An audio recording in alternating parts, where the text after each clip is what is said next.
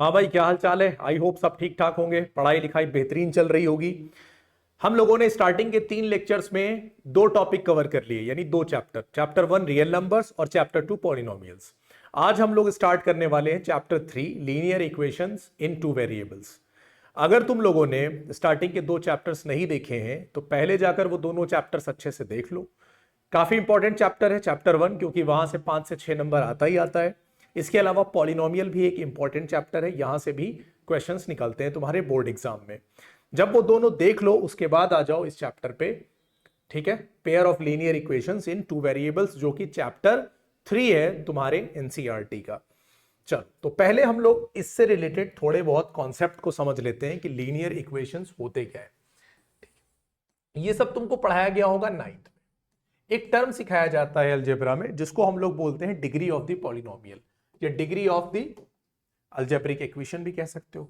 तो किसी भी पॉलिनोमियल की जो डिग्री होती है वो उसमें यूज्ड वेरिएबल की मैक्सिमम पावर होती है, उसको हम लोग बोलते हैं डिग्री।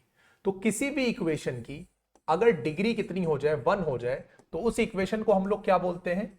लीनियर इक्वेशन बोलते हैं। क्या बोलते हैं? Linear equation. ठीक है। और अगर दो वेरिएबल यूज हो जाए तो उसको हम क्या बोल देंगे? Linear equation in two variables. ठीक है। पहली चीज क्या है? डिग्री कितनी होनी चाहिए? 1 होनी चाहिए। यानी जो भी वेरिएबल हम यूज करने वाले हैं उनकी मैक्सिमम पावर कितनी होनी चाहिए? 1 होनी चाहिए। और आप दो वेरिएबल यूज कर लो तो उसको क्या बोल दोगे? वो क्या हो जाएगा? Linear equation in two variables हो जाएगा।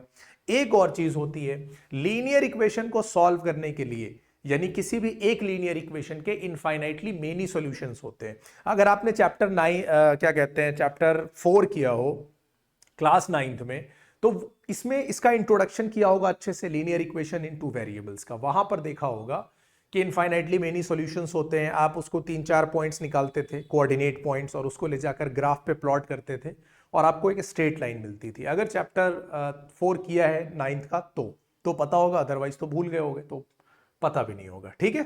तो जनरल फॉर्म इसकी कैसी होती है? जनरल फॉर्म जो होती है वो होती है कुछ इस तरह से।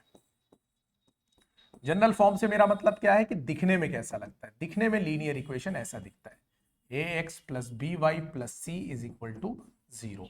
ठीक है। यहां पर दो वेरिएबल यूज हुए हैं, x और y, और a b c तुम्हारे क्या है? ये कांस्टेंट है। बात समझ में आ गई कि नहीं? अब अगर दो इक्वेशन यूज किए जाएंगे, क्योंकि हम लोग जो 10th में पढ़ेंगे वो पढ़ेंगे pair of linear equations in two variables, यानी उसका पेयर। ठीक है। अगर लीनियर इक्वेशन एक है तो उसके इनफाइनाइटली मेनी सॉल्यूशन होते हैं, ये बात पक्की है। अब दूसरा क्या होता है कि अगर मुझे दो वेरिएबल मुझे दिए गए हैं और मुझे इसकी वैल्यू फाइंड करनी है, यानी एक्स और वाई की, तो मुझे कम से कम दो इक्वेशन चाहिए उसको सॉल्व करने के लिए। जैसे अगर किसी इक्वेशन में 3 वेरिएबल दिए हुए हैं तो वो उन तीनों की वैल्यू नहीं दे सकता है। ठीक है, उसकी कई वैल्यू आ जाएंगी। तो उसके लिए क्या जरूरी होगा कि 3 वेरिएबल अगर यूज हुए हैं तो उनको सॉल्व करने के लिए कम से कम तुमको कितने इक्वेशन दिए जाए? 3 इक्वेशन दिए जाए। और अगर दो वेरिएबल यूज किए गए हैं तो उनको सॉल्व करने के लिए कम से कम तुमको कितने इक्वेशन दिए जाए? 2 इक्वेशन दिए जाए। तो जनरल फॉर्म तो हो गई ax plus b y plus c is equal to 0। अब अगर दो हैं तो जाहिर सी बात है क्या हो जाएगा? a1x एक को बोल दोगे b1y, और एक को क्या बोल दोगे? c1 is equal to 0। बोलोगे कि नहीं? दूसरा क्या हो जाएगा? a2x plus b2y plus c2 is equal to 0। इस तरह से तुम्हें क्या मिल जाएंगे? दो इक्वेशन मिल जाएंगे। ठीक है।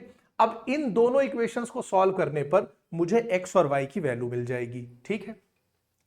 लीनियर इक्वेशन को जब भी हम ग्राफ पे प्लॉट करते हैं तो हमको एक स्ट्रेट लाइन मिलती है। ये हम लोगों ने पढ़ा था क्लास 9th में।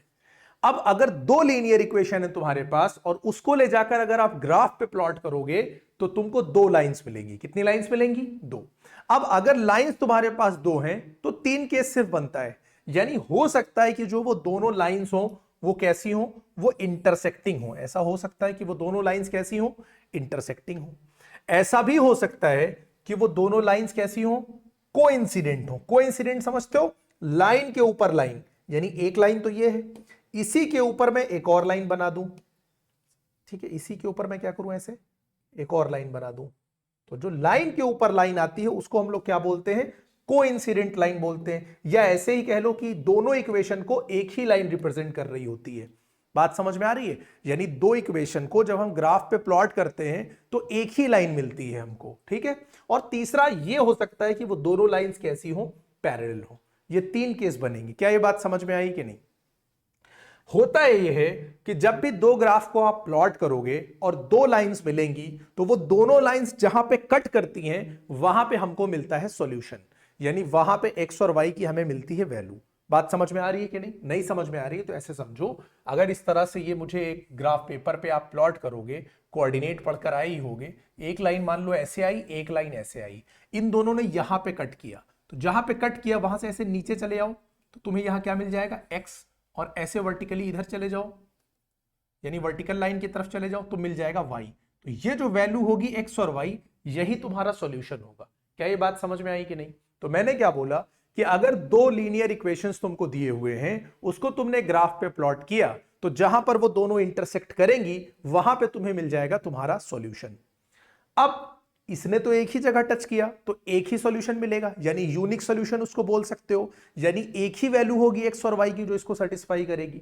यहां पर क्या हुआ भाई, लाइन के ऊपर लाइन है, इनको बोला जाता है कोइंसिडेंट लाइंस। तो यहां पर क्या हो गया, ये तो हर एक पॉइंट पे टच कर रही है ना, किसी भी लाइन में इनफाइनाइटली मेनी पॉइंट्स होते हैं कि नहीं होते हैं, तो ये जो दोनों लाइंस हैं ये हर एक पॉइंट पे टच कर रही हैं, तो हर एक पॉइंट पे सॉल्यूशन ही मिलेगा ना। तो इसके कितने सॉल्यूशन हो जाएंगे, बोलो, इनफाइनाइटली मेनी सॉल्यूशन हो जाएंगे। इसी तरह से अगर यहां पैरेलल लाइंस में देखो तो पैरेलल लाइन क्या हो रही है, कहीं पर भी मीट नहीं करती हैं, तो जब ये कहीं पर मीट नहीं करेंगी तो हमको यहां पर कोई सॉल्यूशन नहीं मिलेगा। क्या ये बात समझ में आ गई कि नहीं? इससे मुझे ये पता चल गया कि अगर मेरी लाइंस इंटरसेक्टिंग है, अगर मेरी लाइंस कैसी हैं, इंटरसेक्टिंग, तो मुझे जो सॉल्यूशन मिलेगा वो कैसा होगा, यूनिक होगा। क्या ये बात समझ में आई? यूनिक सॉल्यूशन होगा। अगर मेरी लाइंस कैसी हैं, कोइंसिडेंट हैं, अगर मेरी लाइन कैसी हैं, कोइंसिडेंट हैं, तो मुझे सॉल्यूशन कैसे मिलेंगे, बोलो, infinitely many solutions, infinitely many solutions. और अगर मेरी लाइंस पैरेलल हैं, इसका मतलब ये कहीं कट नहीं करेंगी, इसका मतलब कोई सॉल्यूशन मुझे नहीं मिलेगा। क्या ये बात समझ में आई कि नहीं? ये तीनों बातें आपको समझ में आ गई? अच्छा, अब अगर सॉल्यूशन तुम्हारा इंटरसेक्टिंग लाइन है, यूनिक सॉल्यूशन हो गया, कोइंसिडेंट है तो इनफाइनाइटली मेनी सॉल्यूशन हो गए, पैरेलल है तो नो सॉल्यूशन हो गया। अब चक्कर ये है कि जब मैं इसको ग्राफ पे प्लॉट करूं तब मुझे पता चले कि भाई इसका तो कोई सॉल्यूशन ही नहीं था, तो सारी मेहनत बेकार हो जाएगी। तो उसके लिए क्या किया गया कि कुछ ऐसा निकाला जाए जिससे मुझे इक्वेशन देखकर पहले से आइडिया लग जाए कि इसका एक सॉल्यूशन होगा या कई सॉल्यूशन होंगे या कोई सॉल्यूशन नहीं होगा। ये बात पहले से कैसे आइडिया लगे, तो ये बनाया गया कि ये जो x और y, इनके जो कोएफिशिएंट्स दिख रहे हैं, इनमें एक तरह का रिलेशन एस्टैब्लिश किया गया और ये पाया गया कि अगर a1 by a2 ये b1 by b2 के बराबर नहीं आया तो देखा गया कि सॉल्यूशन कैसे होते हैं, इंटरसेक्टिंग होते हैं। सॉरी, लाइंस कैसी होती हैं, इंटरसेक्टिंग, और सॉल्यूशन कैसा होता है, यूनिक होता है। अगर a1 by a2 ये b1 by b2 के बराबर हो जाए लेकिन ये c1 by c2 के बराबर ना हो तो इनफाइनाइटली मेनी सॉल्यूशन हो जाते हैं, लाइंस कैसी हो जाती है, कोइंसिडेंट हो जाती है। और अगर मैंने यहां पर गड़बड़ किया है, करेक्शन करो, a1 by a2, b1 by b2 और c1 by c2 जब ये तीनों बराबर हो जाएंगे तो कैसा हो जाएगा, इनफाइनाइटली मेनी सॉल्यूशन और लाइंस कोइंसिडेंट हो जाएगी। यहां पर a1 by a2 is equal to b1 by b2 is not equal to c1 by c2, यानी जब ये दोनों बराबर हो जाए, a1 by a2 b1 by b2 बराबर हो जाए लेकिन ये c1 by c2 के बराबर ना हो तो हम कहते हैं नो सॉल्यूशन, यानी पैरेलल लाइन। इन सारी बातों को आपस में अगर आप रिलेट करो तो सीधे सीधे क्या समझे, जब a1 by a2 b1 by b2 बराबर नहीं होगा तो सॉल्यूशन कैसे होंगे, यूनिक। यूनिक है इसका मतलब लाइन एक पॉइंट पे कट करी है, इसका मतलब लाइंस कैसी होंगी, इंटरसेक्टिंग। दूसरा देखो, अगर तीनों बराबर हो जाए, यानी a1 by a2 b1 by b2 c1 by c2 ये अगर तीनों बराबर हो गए, इसका मतलब लाइन कैसी होंगी, कोइंसिडेंट। कोइंसिडेंट लाइन मतलब हर जगह टच करेंगी, इसका मतलब सॉल्यूशन कैसे होंगे, इनफाइनाइटली मेनी सॉल्यूशन होंगे। तीसरा, अगर a1 by a2 b1 by b2 बराबर हो लेकिन c1 by c2 उसके बराबर ना हो तो हम कहेंगे लाइंस पैरेलल हो जाएंगी, इसका मतलब सॉल्यूशन नो। ठीक है, यानी कोई सॉल्यूशन एग्जिस्ट नहीं करेगा।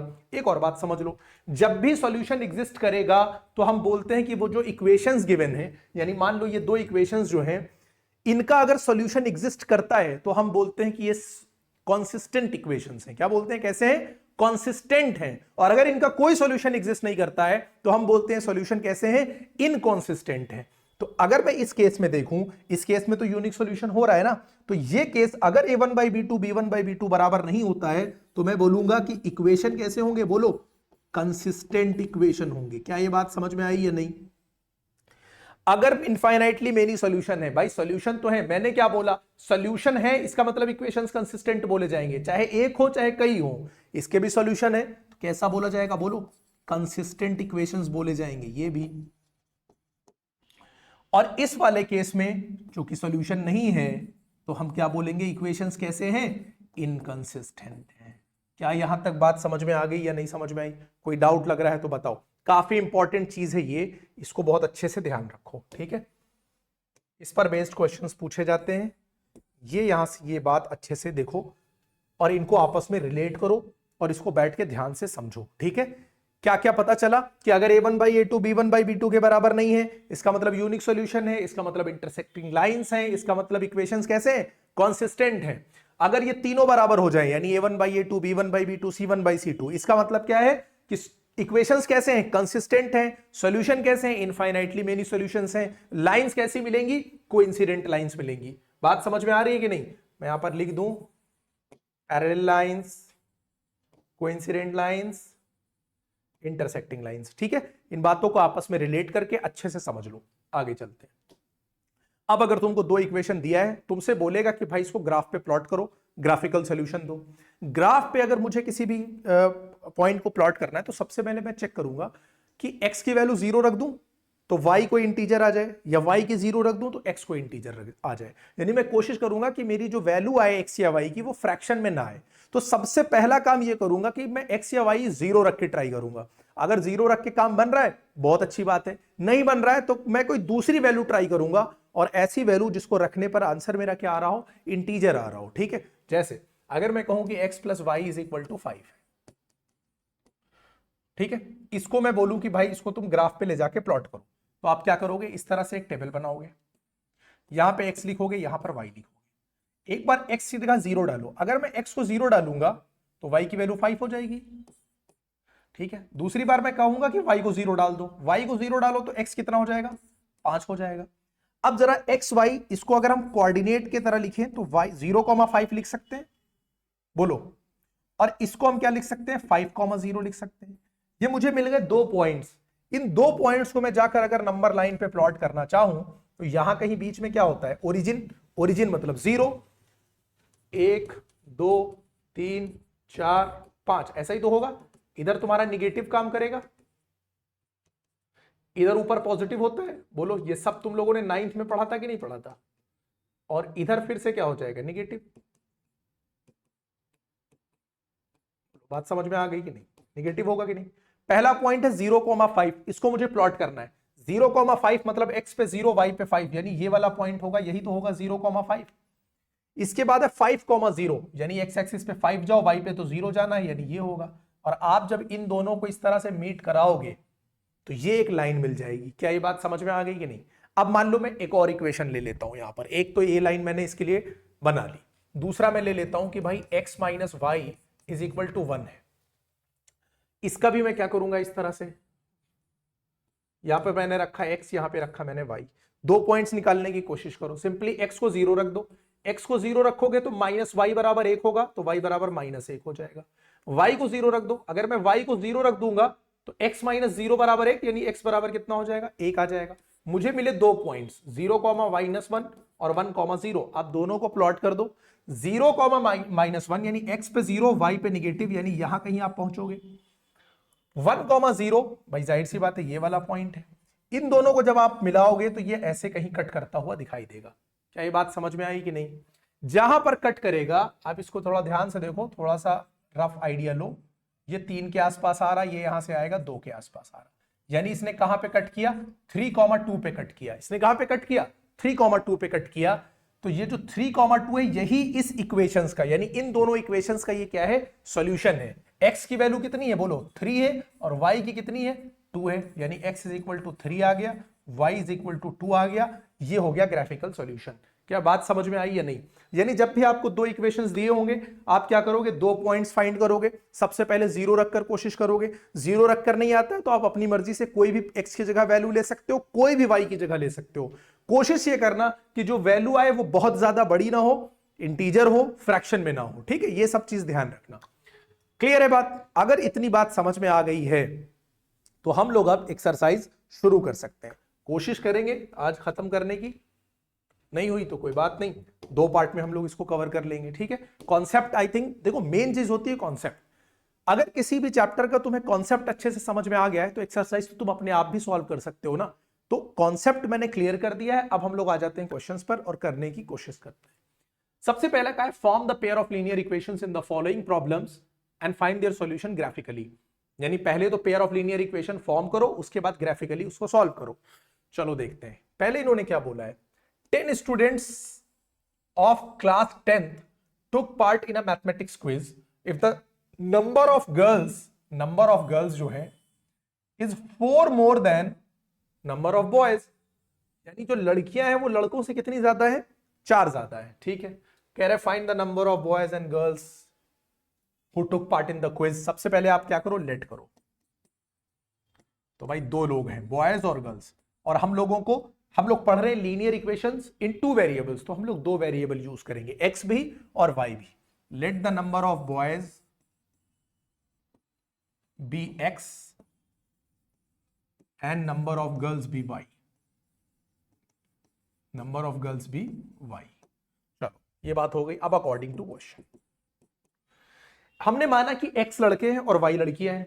क्वेश्चन कह रहा है कि भाई क्लास 10th में टोटल स्टूडेंट कितने हैं, 10 स्टूडेंट ने पार्टिसिपेट किया है। अगर 10 स्टूडेंट्स ने पार्टिसिपेट किया है, इट मींस लड़के और लड़कियां मिलाकर दोनों 10 होने चाहिए। अब मैंने कहा एक्स लड़के हैं और वाई लड़कियां हैं, तो दोनों मिला के 10 होना चाहिए। तो पहला इक्वेशन जो मेरा बनेगा वो क्या बनेगा कि एक्स और वाई मिलाकर कितने हो रहे हैं, 10। ये मेरा पहला इक्वेशन हो गया। क्या ये बात समझ में आ गई कि नहीं? फिर अकॉर्डिंग टू क्वेश्चन यहां पे बना के चाहे बगल ही में लिख लो।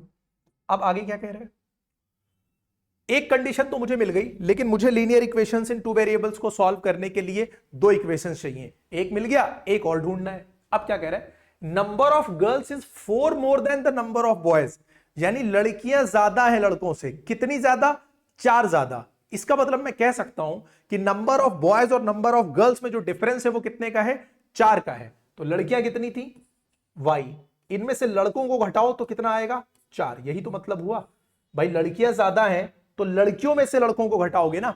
ऐसा ना करना कि x minus y is equal to 4 लिख देना, गलत हो जाएगा। दो इक्वेशंस तुम्हारे बन गए। अब क्या कहा भाई, इसको कह रहे हैं ग्राफिकली सॉल्व करो। बनाओ टेबल ऐसे, यहां पर x, यहां पर y। सबसे पहले x को रखो 0, x 0 रखा तो y कितना हो जाएगा, 10। y को रखो 0 तो x हो जाएगा 10। बहुत अच्छी बात है, 2 पॉइंट मुझे मिल गए कि नहीं? कौन सा? एक तो मिला मुझे 0,10, दूसरा मिला मुझे 10,0। चलो एक्स वाई, एक्स को मैं 0 रख देता हूं तो y माइनस 0 4 हो जाएगा, यानी y 4 हो गया। अगर मैं y को 0 रख देता हूं तो देखो x कितना हो जाएगा, minus x is equal to 4, यानी -4 हो जाएगा। इसके लिए मुझे 2 पॉइंट यहां मिल गए, 0,4 और -4,0। इनको ले जाकर आप ग्राफ पे प्लॉट कर दो। तुम्हारे पास ग्राफ पेपर होगा तो तुमको ज्यादा दिक्कत नहीं आएगी, ठीक है? तो 0 से मुझे कितना जाना है, 10 तक जाना है। तो 10 तो आप ग्राफ में आसानी से जा सकते हो, दिक्कत लगे तो 2-2 का ले लेना, यानी एक बॉक्स को 2 के बराबर ले लेना, और जो भी लेना वो यहां पर सेट कर देना, ठीक है? कि 1 बॉक्स इज इक्वल टू 1, या फिर 1 बॉक्स इज इक्वल टू 2, जितना भी यूनिट लेना वो सेट कर देना यहां पर, ठीक है? चलो यहां पर कितना होगा, 1, यहां पर 2, यहां पर 3, यहां पर 4, यहां पर 5, 6, 7, 8, 9, 10। ज्यादा हो गया, एक काम करो, 2-2 का गैप लो तुम।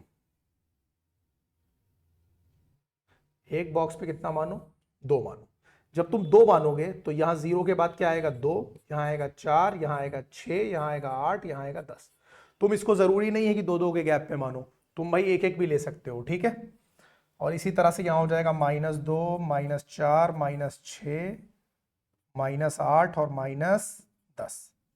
यहां ऊपर जाओगे तो 2, 4, 6, फिर ऊपर घुस गए, 8 और 10 यहाँ कहीं, -2 -4 -6 ऐसे नीचे चले जाओ। 0,10 को आप प्लॉट करोगे, 0,10 का मतलब x0 y10 यानी यहां कहीं आएगा। ठीक है, इसको मैं थोड़ा इससे करता हूं, यहां कहीं एक पॉइंट तुम्हें मिलेगा 0,10, 10,0 यानी यहां कहीं मिलेगा, ये वाला पॉइंट है। इन दोनों को आप मीट कराओगे तो तुम्हें एक लाइन मिल जाएगी। बात क्लियर हो गई कि नहीं? ये कौन सी लाइन है? यहां लाइन के ऊपर मैं लिख दूंगा x + y = 10, क्योंकि ये इसी की लाइन थी। ठीक, उसके बाद देखो दूसरी लाइन क्या है, 0,4 यानी यहां कहीं लाई करेगा 0,4, और -4,0 यहां कहीं लाई करेगा। इसको भी मैंने इस तरह से कर दिया। अब इसके बाद इसको ले जाकर मुझे क्या कराना है, मेट करा देना है। तो इसको जब मैं इस तरह से एक सीधी लाइन ले जाऊंगा, ऐसे कहीं कट कर जाएगा। बात क्लियर हो गई कि नहीं? अब जब इसको मैं नीचे लेकर आऊंगा, ये ऐसे कहीं, देखो अब इससे तो सही नहीं आ रहा, लेकिन बीचों बीच में कहीं आएगा। ठीक है, बीचों बीच में कहीं मतलब 2 और 4 के बीचों बीच में आएगा, और ये 6 और 8 के बीचों बीच में आएगा। यानी ये जो कट किया ना, ये किस पॉइंट पे कट कर रहा है? ये कट कर रहा है दोनों 3,7 पे। देखो नीचे आएगा 3 और इधर y की तरफ आएगा 7, 3,7 पे टच करेगा, यानी x की वैल्यू 3 हो जाएगी और y की वैल्यू कितनी हो जाएगी? 7 हो जाएगी। ये हो जाएगा तुम्हारा ग्राफिकल सॉल्यूशन। तो तुम बोलोगे हेंस x मैंने क्या माना था? Boys, number of boys be, ये नंबर ऑफ बॉयज आर कितने? 3, and number of girls, number of boy, गलत इंग्लिश लिख रहा हूं भाई मैं,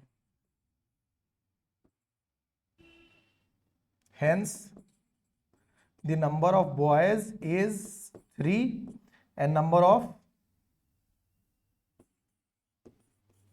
गर्ल्स इज 7। ठीक है, क्लियर है कि नहीं? 3 और 7 आ गया आंसर। आई होप कोई दिक्कत नहीं होनी चाहिए इस फर्स्ट क्वेश्चन में।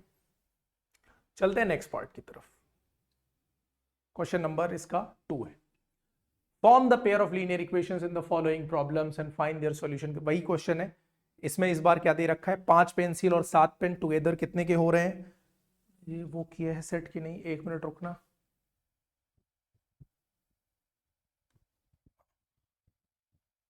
ठीक है,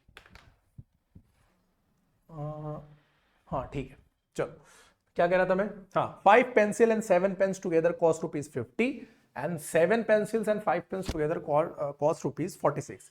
देखो रुपए आ रहा है, 5 पेंसिल और 7 पेन मिला के 50 रुपए के हैं, 7 पेंसिल और 5 पेन मिला के 46 रुपीज के हैं। तो कॉस्ट की बात कर रहे हैं ना हम, तो कॉस्ट माननी पड़ेगी। तो हम क्या करेंगे,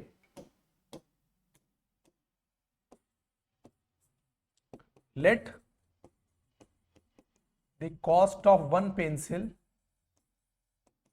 be ₹X and cost of 1 pen be ₹Y। Question क्या कह रहा है? 5 पेंसिल एंड 7 पेन्स। भाई एक पेन अगर x रुपीज का है अकॉर्डिंग टू क्वेश्चन, तो 5 पेन तो 5x के हो जाएंगे ना। और एक पेंसिल अगर y की है, नहीं पेंसिल को मैंने x माना था, तो एक पेंसिल x की है तो 5 पेंसिल 5x की। एक पेन y रुपीज का है तो 7 पेन कितने हो जाएंगे? 7y के, और ये दोनों के कॉस्ट मिलाकर कितना आ रहा है? 50। ये एक इक्वेशन बन गया, ये इक्वेशन नंबर 1। दूसरा देखते हैं, आगे कह रहा है 7 पेंसिल, तो 7 पेंसिल की कॉस्ट 7x, 5 पेन की कॉस्ट 5y, ये मिला के कितना हो गया? 46। ये इक्वेशन नंबर 2। अब इन दोनों को तुम्हें सॉल्व करना है, सॉल्व करके मतलब ग्राफ पे सॉल्व करना है। अब ये तुम लोग खुद से करोगे, मैं बस इसका बता दे रहा हूं कैसे करना है। देखो थोड़ा सा दिमाग यहां पर लगाना पड़ेगा। मिनिमम 2 पॉइंट से भी बनी जाता है ग्राफ, तुमको ज्यादा लेना है ज्यादा ले लो। अगर मैं यहां पर देखो x को 0 रखूंगा, बात को समझना, अगर मैं x को 0 रखूंगा तो ये टर्म गायब हो जाएगा। 7y = 50 होगा, 7 जाके 50 को डिवाइड करेगा, 7 50 को कंप्लीटली डिवाइड करता नहीं है, तो 0 लेकर काम नहीं बना। y को 0 लेकर देखता हूं, अगर मैं y को 0 लूंगा तो ये गायब हो जाएगा। 5x = 50 होगा, 5 जाके डिवाइड करेगा 10 आ जाएगा, यानी y को 0 रखने पर x मुझे 10 मिल रहा है। ये तो काम कर गया। अब क्या मैं चेक करो यहां पर कि कौन सी वैल्यू मैं रखूं x की जगह कि मुझे y मिल जाए। अब अगर मैं x की जगह 1 रखता हूं, समझना, तो ये 5 हो जाएगा। 5 जाके सब्ट्रैक्ट करेगा तो 45 होगा, 45 7 से नहीं कटता है, तुम्हें कुछ ऐसा चाहिए जो यहां जाने के बाद यानी सब्ट्रैक्ट होने के बाद जो नंबर मिले वो y से कट हो जाए, ऐसा कोई नंबर चाहिए।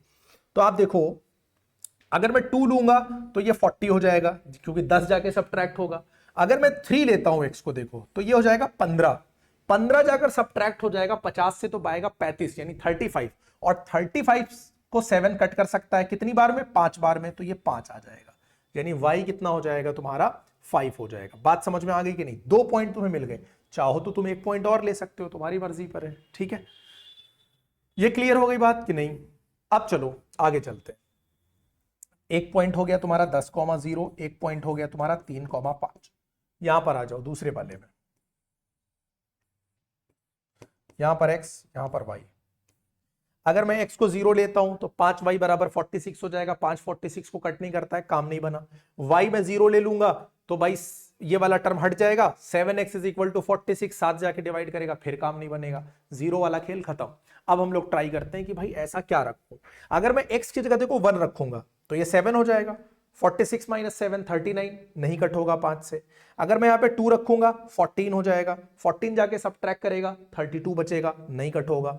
अगर मैं यहाँ 3 रखूंगा 21 हो जाएगा, 21 सब्ट्रैक्ट हो जाएगा 25 बचेगा यानी कट जाएगा। अब ये सब तुमको काम करना है यानी थोड़ा दिमाग लगाना है। तो x को मैं 3 रखूंगा, 7 3 21 जाके सब्ट्रैक्ट होगा बचेगा 25, 5 जाके उसे कट करेगा तो कितना आ जाएगा 5। ये बात समझ में आई कि नहीं? ये हो गया 3,5। सॉल्यूशन तो देखो पहले ही दिख गया, 3,5 यहां पर भी है, 3,5 यहां पर भी है, जो पॉइंट कॉमन होता है वही आंसर हो जाता है। तो 3,5 ही तुम्हारा आंसर होना है, ये बात तय है। ग्राफ पे ले जाके प्लॉट करोगे इसी पॉइंट पे कट कर जाएगा। ठीक है, और वैसे भी फर्जी ग्राफ पे प्लॉट करवा रहे हैं, एग्जाम में बहुत मुश्किल होता है कि ग्राफिकल सॉल्यूशन आए। ठीक है, वहां पर सिर्फ सॉल्व द लीनियर इक्वेशन बोलता है और तुम्हारे पास और भी मेथड्स होते हैं जो हम लोग आगे पढ़ेंगे, बट सीखना तो है ही है क्योंकि बोल भी सकता है ना कि ग्राफिकल सॉल्यूशन इसका दो। अब दूसरा कोई चलो y की जगह रख कर देखते हैं, y की जगह ऐसा क्या रखा जाए जिससे कट कर जाए। ठीक है, तो y की जगह पर भी कोई वैल्यू डाल लो, जैसे अगर मैं यहाँ 1 डालूंगा काम नहीं बनेगा, अगर यहाँ 2 डालूंगा काम नहीं बनेगा। अगर मैं यहाँ y की जगह कितना डाल देता हूँ 3 डाल देता हूँ तो ये 15 हो जाएगा, यहां से जाएगा 31 नहीं होगा। अगर मैं यहाँ 4 डालूंगा तो यहाँ 26 हो जाएगा, नहीं बनेगा। 5 डालूंगा अगर मैं y तो 5 तो यार इस्तेमाल हो ही चुका है, फिर से डालने का मतलब तो है नहीं। 6 अगर मैं डालूंगा 30 हो जाएगा, नहीं काम बनेगा। 7 डालूंगा ये कितना हो जाएगा 35, यहां कितना बचेगा 11, नहीं काम बनेगा।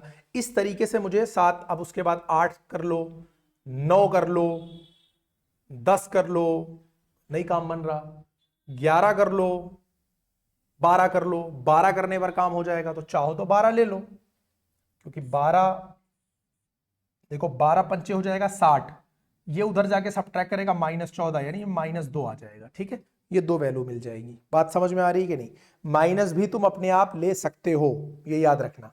इसके अलावा तुम और देखो, अगर मैं y को -2 ले लेता हूं, देखो y को अगर मैं -2 ले लूंगा तो ये कितना हो जाएगा -10, इधर जाके 46 और 10 56, 56 को तो 7 काट देता है यानी 8 हो जाएगा, तो एक और पॉइंट मिल जाएगा। ठीक है, सॉल्व करने में अगर तुमको दिक्कत लगे ना तो प्रॉपर इस तरह से सॉल्व कर लेना, जैसे 7x plus 5y is equal to 46। Equation बनाना है, y की वैल्यू डालनी है, तो ऐसे पहले लिख लो 7x is equal to 46 minus 5y upon 7, sorry 7 अभी नहीं, ये जाके इधर सब्ट्रैक्ट हो गया, नेक्स्ट स्टेप में 7 जाकर इधर डिवाइड कर देगा, ये इक्वेशन बन गया। बात समझ में आ गई कि नहीं? अब यहां पर वैल्यू डालकर तुम चेक कर सकते हो, क्लियर हो रही है बात कि नहीं? इस तरह से एक इक्वेशन बना लो, x इज इक्वल टू इतना। ठीक है, तो यहां पर y डालोगे x अपने आप निकल आएगा। ठीक है, क्लियर हो रही बात कि नहीं? या फिर y के टर्म में भी बना सकते हो। अगर y के टर्म में मैं इसको बनाऊं तो क्या लिख सकता हूं, 5y is equal to 47 minus 7x, 7x जाके सब्ट्रैक्ट हो जाएगा और 5 इधर जाकर क्या करेगा, डिवाइड कर देगा, यानी अपॉन 5 हो जाएगा। अब इसमें भी मैं x की जगह वैल्यू डालकर y निकाल सकता हूं।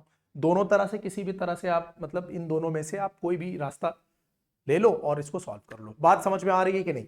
क्लियर हो गई ये बात? अब इसको ग्राफ पे तुम लोग रिप्रेजेंट कर लेना। मैंने पहले ही बता दिया 3 5 3 5 कॉमन हो रहा है, तो 3 5 करने की जरूरत नहीं पड़ेगी, सॉल्यूशन अपने आप आ जाएगा क्योंकि ये दोनों 3 5 पर ही कट करेगा।